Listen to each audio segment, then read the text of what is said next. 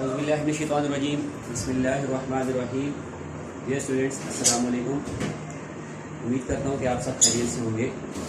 Students, आज हम chapter number 11 sound का जो हमारे पास था उसका जो टॉपिक डिस्कस करने जा रहे हैं वो हमारे पास है साउंड इंटेंसिटी। साउंड इंटेंसिटी, इससे पहले जो हमारे पास प्रीवियस टॉपिक थे उसमें हमने साउंड को डिटेल से डिस्कस किया, साउंड की कैरेक्टरिस्टिक्स को डिस्कस किया, स्पीड ऑफ साउंड को डिस्कस किया। ठीक है, तो आज हम डिस्कस कर रहे हैं साउंड इंटेंसिटी को। अब इंटेंसिटी का मतलब आपको पता होना चाहिए शिद्दत। इंटेंसिटी का मतलब क्या होता है? शिद्दत, यानी साउंड की, आवाज की शिद्दत। ठीक है, तो सबसे पहले हम इसको डिफाइन करते हैं, फिर इसकी डेफिनेशन से हम आगे चीजें समझने की कोशिश करेंगे। The energy carried by a sound waves, energy carried by a sound waves per unit time, per unit area, placed perpendicular to the direction of motion of sound waves is known as sound intensity। ये हमारे पास sound intensity की definition है। इसको मैं दोबारा एक read कर लेता हूँ। The energy carried by a sound waves per unit time, per unit area, placed perpendicular to the direction of motion of sound waves is known as sound intensity। अब इसका मतलब क्या है? The energy carried by sound waves, यानी जो हमारे पास basically sound waves होती है वो एनर्जी कैरी करके लेके जाती है। अब उन साउंड वेव्स की एनर्जी पर यूनिट टाइम, जितने टाइम के अंदर, पर यूनिट एरिया, जितने जिस एरिया से, एक स्पेसिफिक एरिया से पास होके जाती है, ठीक है, वो हमारे पास उस साउंड की क्या होती है? इंटेंसिटी होती है। लेट्स सपोज मेरे पास ये एक एरिया है, मेरे पास क्या है? एक सर्टेन एरिया, जिसको मैं किससे रिप्रेजेंट कर देता हूँ? ए से रिप्रेजेंट कर देता हूँ। अब ये मेरे पास let's suppose sound waves travel करती हुई आ रही है। ठीक है, इन साउंड वेव्स की मेरे पास सर्टेन एनर्जी होगी। अब ये साउंड वेव्स जब इस क्रॉस सेक्शनल एरिया से, इस सर्टेन एरिया से पास होके जाएंगी, जितने टाइम पीरियड के अंदर पास होके जाएंगी इस क्रॉस सेक्शनल एरिया से, वो हमारे पास इस साउंड वेव्स की क्या होगी? इंटेंसिटी होगी। ये मेरे पास क्या है? साउंड वेव्स हैं जिनकी सर्टेन मेरे पास क्या है? एनर्जी है। अब ये साउंड वेव्स जो एनर्जी कैरी किए आ रही है, जब एक क्रॉस सेक्शनल एरिया से सर्टेन टाइम पीरियड के अंदर पास होकर जाएगी, जितने टाइम पीरियड के अंदर इस क्रॉस सेक्शनल एरिया से पास होकर जाएगी, वो हमारे पास इन साउंड वेव्स की क्या कराएगी? इंटेंसिटी कराएगी। ये मेरे पास क्या है? फिर सुन ले, ये मेरे पास साउंड वेव्स हैं। ठीक है, ये साउंड वेव्स कैरीज एनर्जी। ठीक है, ये सर्टेन एनर्जी से आ रही है हमारे पास। जैसे ही ये इस क्रॉस सेक्शनल एरिया से पास करके जाएंगी, जो इन साउंड वेव्स के अलाउंग परपेंडिकुलर हमने प्लेस किया है, तो जैसे ही ये साउंड वेव इस क्रॉस सेक्शनल एरिया से जितने टाइम पीरियड के अंदर पास हो जाएंगी इस क्रॉस सेक्शनल एरिया से, तो वो हमारे पास इन साउंड वेव्स की क्या होगी? साउंड इंटेंसिटी होगी। अब ये चीज हमने लिखी, इसी को मैथमेटिकल फॉर्म में लिखने की कोशिश करते हैं। अब जो हमारे पास साउंड वेव्स हैं उनकी जो एनर्जी है उसको हम किससे रिप्रेजेंट कर रहे हैं? ए से रिप्रेजेंट कर रहे हैं। जो हमने इन साउंड वेव्स के आगे परपेंडिकुलरली एक क्रॉस सेक्शनल एरिया प्लेस किया है, जिस क्रॉस सेक्शनल एरिया से ये पास होकर जाएगी, जितने टाइम पीरियड के अंदर पास होकर जाएगी, उस क्रॉस सेक्शनल एरिया को हम ए से रिप्रेजेंट कर रहे हैं। और जो टाइम है, जो टाइम इनको लगेगा इन साउंड वेव्स को इस क्रॉस सेक्शनल एरिया से पास होने के लिए, जो यूनिट टाइम हम कहते हैं, वो टाइम लेट्स सपोज हम किससे रिप्रेजेंट करते हैं? टी से। तो मैथमेटिकली हम इनको कैसे लिखेंगे? Mathematically sound intensity, mathematically sound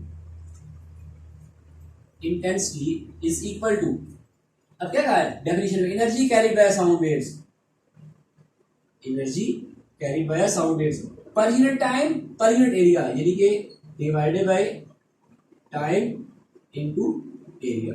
divided by time into area. अब जो साउंड इंटेंसिटी है इसको हम रिप्रेजेंट करते हैं कैपिटल आई से। किससे रिप्रेजेंट करते हैं? कैपिटल आई से। Which is equal to energy को हम किससे रिप्रेजेंट करते हैं? ई से। टाइम को हम टी से रिप्रेजेंट करते हैं, एरिया को ए से रिप्रेजेंट करते हैं। तो ये हमारे पास मैथमेटिकल रिलेशन किसका आ जाता है? साउंड इंटेंसिटी का। ये हमारे पास इसका मैथमेटिकल रिलेशन आ जाता है साउंड इंटेंसिटी का।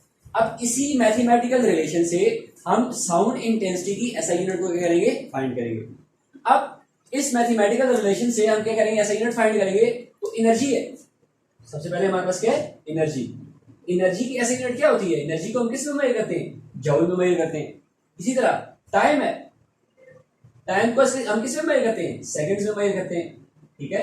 और इस तरह हमारे पास एरिया है, एरिया को हम किस में मेजर करते हैं? मीटर स्क्वायर में मेजर करते हैं।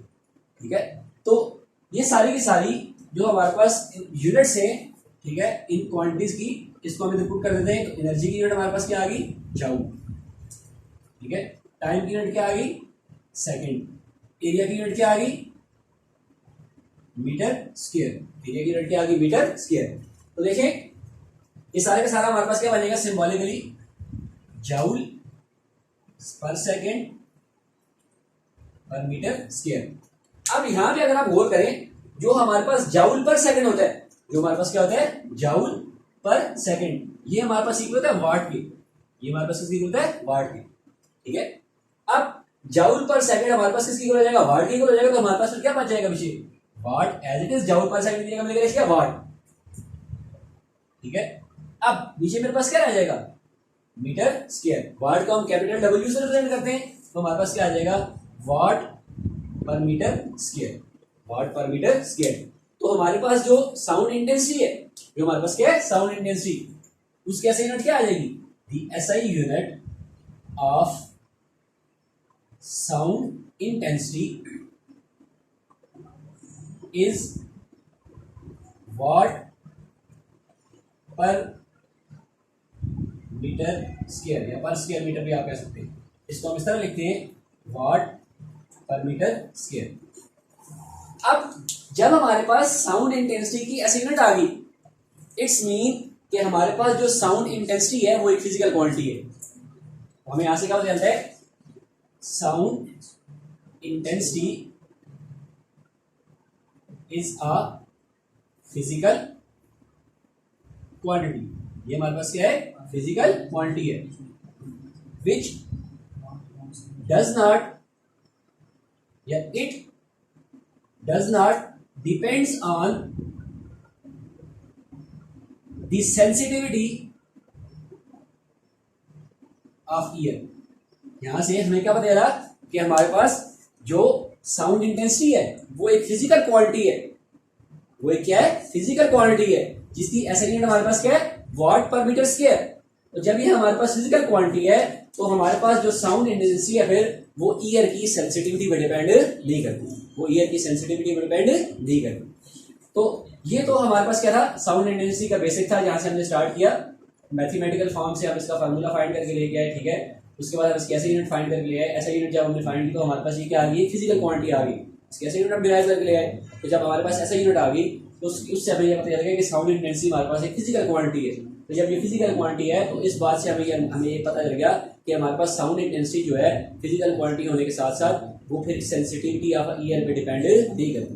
वो सेंसिटिविटी पे डिपेंड नहीं करती।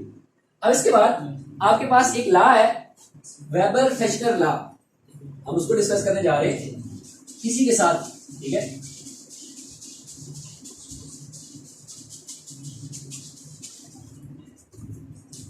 According to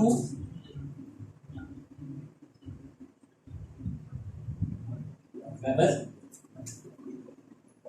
freshener law. अब ये जो वेबर फेशनर लॉ है, ठीक है, फ्रेशनर भी आप इसको पढ़ सकते हैं। ये वेबर फेशनर लॉ जो है बेसिकली साउंड इंटेंसिटी के लिए की है। ठीक है। एक साइंटिस्ट था वेबर फेशनर के नाम से, उसने अपना लॉ डिराइव कर दिया। तो according to Weber Fechner law जो हमारे पास रिलेशन होता है लाउडनेस ऑफ साउंड और साउंड इंटेंसिटी के दरमियान, according to Weber Fechner law the relationship या the relation between loudness of sound and sound intensity is, यानी कि वेबर फ्रेशनर लॉ के अकॉर्डिंग जो हमारे पास लाउडनेस ऑफ साउंड और साउंड इंटेंसिटी के दरमियान रिलेशन है वो हमारे पास क्या होता है, वो हमारे पास होता है जी loudness of sound is directly proportional to logarithm of intensity according to Weber Fechner law. Weber Fechner law के अकॉर्डिंग जो हमारे पास रिलेशन है किस किस के दरमियान, लाउडनेस ऑफ साउंड और साउंड इंटेंसिटी के दरमियान, वो हमारे पास क्या है कि लाउडनेस ऑफ साउंड जो है वो हमारे पास डायरेक्टली प्रोपोर्शनल किसकी होती है, लॉगरिथम ऑफ इंटेंसिटी के, किसके according, according to Weber Fechner law. ठीक है, तो फिर हम क्या कहते हैं, इसको इस तरह लिखते हैं, लाउडनेस ऑफ साउंड को हम रिप्रेजेंट करते हैं एल से, लाउडनेस ऑफ साउंड को हम किससे रिप्रेजेंट करते हैं, एल से। तो loudness of sound is directly proportional to logarithmic intensity, loudness of sound is directly proportional to logarithmic intensity. Intensity को हम किससे रिप्रेजेंट करते हैं, कैपिटल आई से।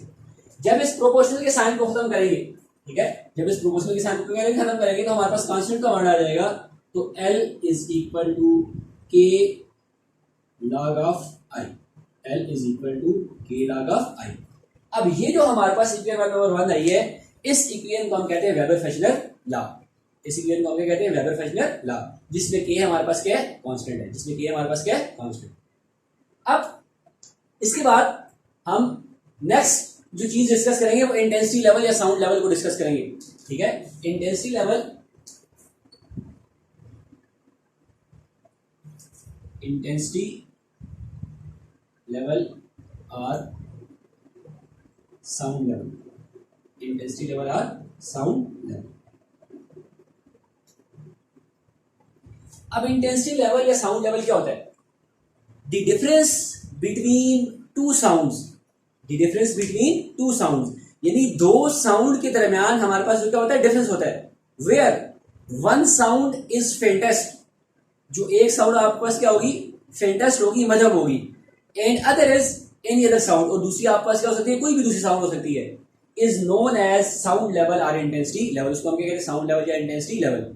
हमारे पास इंटेंसिटी लेवल या साउंड लेवल क्या होता है, डिफरेंस होता है बिटवीन टू साउंड्स, किसके दरमियान, दो साउंड के दरमियान, where one sound must be faintest, एक साउंड आपके पास क्या होना चाहिए, फेंटेस्ट होना चाहिए, and other is any sound, और दूसरी जो है कोई भी दूसरी साउंड हो सकती है, is known as intensity level और साउंड लेवल, यानी उनके दरमियान जो डिफरेंस होता है दो साउंड के दरमियान, उसको हम क्या कहते हैं, इंटेंसिटी लेवल या साउंड लेवल कहते हैं, जिसमें एक साउंड का हमारे पास फेंट होना क्या है, मस्ट है। तो इसको हम यहां पे डिफाइन कर लेते हैं, the difference between two sound, the difference between two sound, where one sound must be faint, where first one sound must be faint, यानी एक साउंड हमारे पास क्या होनी चाहिए, मध्यम होनी चाहिए, ठीक है, एंड अदर वन, यहां तक लिखते हैं, where one sound must be faint, जिसमें एक साउंड हमारे पास क्या होनी चाहिए, फेंट, और दूसरी कोई भी होनी चाहिए, और दूसरी कोई भी हो सकती है, ठीक है, लेकिन फेंट नहीं होगी, एक का फेंट होना हमारे पास क्या है, must, and other will be anyone, अगर दूसरी यानी कोई भी हो सकती है, is known as sound level और इंटेंसिटी लेवल, यानी कि जब फेंट साउंड और किसी दूसरी साउंड कोई भी हो सकती है, उसके दरमियान जब आप डिफरेंस फाइंड करते हैं तो उस डिफरेंस को हम क्या कहते हैं, इंटेंसिटी लेवल और साउंड लेवल, इंटेंसिटी लेवल और साउंड लेवल। अब अगर हम ह्यूमन ईयर की बात करें, इसकी बात करें ह्यूमन ईयर की, तो ह्यूमन ईयर जो साउंड डिटेक्ट करता है, सबसे जो faintest sound human ear detect करता है, उसकी वैल्यू हमारे पास 10⁻⁻12, उसकी वैल्यू क्या होती है, 10⁻12, और इसी तरह सबसे जो high sound human ear detect करता है, वो हमारे पास उसकी इंटेंसिटी कितनी होती है, 1 वाट पर मीटर स्क्वायर, ठीक है। तो यहाँ पर हम इस चीज को लिखते हैं, the human ear can detect a faintest sound whose intensity is a human ear, normal human year, ठीक है, यंग पर्सन का ह्यूमन ईयर होता है, a human ear detect a faintest sound, lowest नहीं सबसे मतलब जो having intensity as low as 10 power minus 12 watt per metre square. यानी ह्यूमन ईयर जो है वो जो सबसे फेंटेस्ट साउंड को डिटेक्ट करता है उसकी इंटेंसिटी हमारे पास कितनी लो होती है, as low as 10 power minus 12 watt per metre square. और जो high and higher sound having intensity as high as 1 watt per metre square. यानी कि जो ह्यूमन ईयर है, normal human ear, young person का जो ह्यूमन ईयर होता है वो फेंटेस्ट साउंड की इंटेंसिटी को कितनी फेंट साउंड की इंटेंसिटी को सुन सकता है, as low as 10 power minus 12 watt per metre square. और जो हाई साउंड है वो हाईएस्ट साउंड कितनी सुन सकता है, जिसकी फ्रीक्वेंसी हमारे पास कितनी होनी चाहिए, जिसकी इंटेंसिटी हमारे पास कितनी होनी चाहिए, 1 वाट पर मीटर स्क्वायर। ये एमसीक्यूज के लिए इंपॉर्टेंट है कि जो हमारे पास ह्यूमन ईयर के बारे में आ सकता है, इसके बारे में आ सकता है कि ह्यूमन ईयर जो हमारे पास लोएस्ट इंटेंसिटी सुन सकता है, जो फेंटेस्ट होती है उसकी हमारे पास इंटेंसिटी कितनी होती है, साउंड की इंटेंसिटी कितनी होती है, 10 power minus 12 watt per metre square. और जो हायर साउंड जो ह्यूमन ईयर इजीली सुन सकता है उसकी इंटेंसिटी हमारे पास कितनी होती है, 1 वाट पर मीटर स्क्वायर। अब इफ यहां पे मैं लिखता हूं इंटेंसिटी लेवल हमने फाइंड करना है, ठीक है। If L naught is the intensity of, if L naught is the loudness of faint audible sound, if L naught is the loudness of faint audible sound and L is the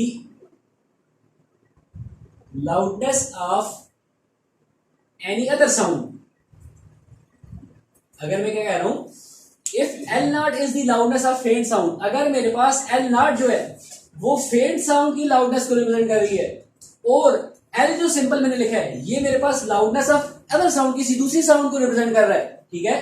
तो फिर हमारे पास intensity level क्या होगा, ठीक है। तो फिर हमारे पास इंटेंसिटी लेवल क्या होगा, एल नॉट हमारे पास किसकी हो जाएगा, L naught is equal to K log I naught, L naught is equal to K log I naught. जब हम लाउडनेस ऑफ फेंट साउंड को एल नॉट से रिप्रेजेंट करेंगे तो उस फेंट साउंड की जो इंटेंसिटी होगी इसको भी हम किससे रिप्रेजेंट करेंगे, आई नॉट से रिप्रेजेंट करेंगे। अकॉर्डिंग टू वेबर फेशनल लॉ, यहाँ ये फार्मूला हमारे पास उधर से है, ठीक है। इसी तरह जब हमारे पास लाउडनेस ऑफ साउंड एल होगी तो अकॉर्डिंग टू वेबर फेशनल लॉ फिर हमारे पास क्या हो गया, एल इज इनटू के log of I. Let's suppose ये आपके पास इक्वेशन 2 है, ये आपके पास क्या है इक्वेशन 3। अब इंटेंसिटी लेवल बेसिकली हमारे पास क्या होता है, डिफरेंस बिटवीन टू साउंड्स होता है, डिफरेंस बिटवीन टू साउंड्स। तो जब डिफरेंस की बात आएगी तो इन दोनों इक्वेशंस को हम आपस में क्या करेंगे, सब्ट्रैक्ट करेंगे, इसी सब्ट्रैक्टिंग इक्वेशन 3 फ्रॉम 2। जब दोनों को सब्ट्रैक्ट करेंगे तो आपके पास क्या हो जाएगा, L minus L naught is equal to K log I minus K log I naught, और इस तरह की बन जाएगी। अब ये एल माइनस एल नॉट जो है difference between the loudness of two sound जो है इसको हम क्या कहते हैं, साउंड इंटेंसिटी, या दूसरे लफ्जों में इसको कहते हैं इंटेंसिटी लेवल, साउंड इंटेंसिटी और इंटेंसिटी लेवल। इसकी जगह हम क्या लिख लेंगे, साउंड इंटेंसिटी, आप इंटेंसिटी लेवल भी लिख सकते हैं, इज इक्वल टू, अब देखिए दोनों में के मेरे पास कॉमन है, के log I minus log I naught. अब देखें लॉग की प्रॉपर्टी होती है कि जब दो चीजें सब्ट्रैक्ट हो रही हो तो उसको हम डिवीजन में लिख सकते हैं, ठीक है। अगर आपका सिस्टम लिखा हो लॉग ए माइनस लॉग बी तो आप लिख सकते हैं लॉग ए ओवर बी, ठीक है। तो इधर हम वही करेंगे। अब जो साउंड इंटेंसिटी या इंटेंसिटी लेवल जो हमारे पास होता है उसको हम रिप्रेजेंट करते हैं बीटा से, इस तरह से होता है बीटा से, ठीक है। इसलिए हम यही लिख दिया is equal to K log I over I naught, K log I over I naught. अब ये जो हमारे पास फार्मूला आ गया है ये किसका फार्मूला आ गया है, इंटेंसिटी लेवल का या साउंड लेवल का। Intensity level is equal to K log I over I naught. अब यहां से हमें पता चल जाता है कि जो हमारे पास इंटेंसिटी लेवल या साउंड इंटेंसिटी है वो यूनिट लेस है, वो हमारे पास क्या यूनिट लेस। क्यों? क्योंकि आई और आई नॉट, आई भी मेरे पास इंटेंसिटी, आई नॉट भी इंटेंसिटी, दोनों की यूनिट सेम है मेरे पास ऐसे यूनिट, तो ये मेरे पास क्या हो जाएगी, कैंसिल हो जाएगी। इट्स मीन जो मेरे पास इंटेंसिटी लेवल है ये क्या है मेरे पास, यूनिट लेस, ये मेरे पास क्या यूनिट लेस। अब इसके बाद मैं कहता हूं कि if intensity of other sound, if intensity of other sound यानी आई अदर साउंड की इंटेंसिटी है, if intensity of other sound is 10 time greater, अगर मेरे पास अदर साउंड की इंटेंसिटी 10 टाइम ग्रेटर है किससे, इंटेंसिटी ऑफ फेंटेस्ट साउंड से। यहां पे मैं लिख देता हूं इस चीज को, if intensity of other sound, इसको हम किससे रिप्रेजेंट करते हैं, आई से, is 10 times greater than the intensity of faintest sound,